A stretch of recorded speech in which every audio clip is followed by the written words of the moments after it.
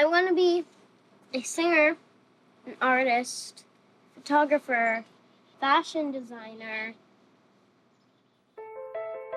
The Washington State Senate is taking up a bill aimed at overturning a controversial law that allows transgender people to use the restroom or even the locker room of the gender they identify with.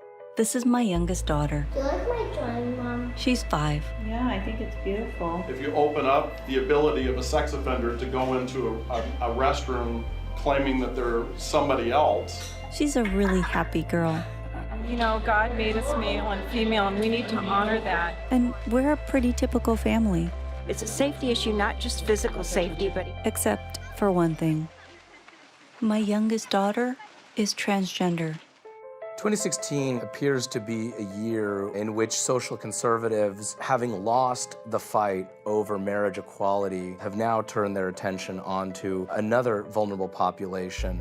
The idea that a man can just one day wake up in the morning and dress up as a woman and then go and exploit that in a public restroom is completely false. Being transgender is not related to mental illness. It's no different than inheriting brown eyes or left-handedness. She didn't pick this. This wasn't a choice. You know, it's not contagious. There is a civil right to be included in this society. Governments don't have any legitimate basis for excluding trans people from the restrooms that match their gender identity. Those arguments were used around separate but equal schools and bathrooms and drinking fountains. On issues of individual rights and constitutional rights, I don't put that up for a poll. I'm going to vote my principles. You want to talk about rights? My right to throw a punch ends at your nose! That language and those thoughts and that hatefulness is out there, but I'm ready to fight it. With this trend, should I tell my 16-year-old daughter to expect unclothed boys in her school sports locker and bathrooms?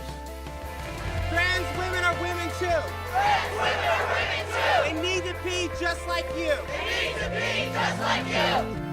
I have to know that love is going to win over fear. If someone says, you can't use the men's bathroom, or you can't use the women's bathroom because you're not woman enough, or you're not man enough, what they're ultimately saying is you're not human enough.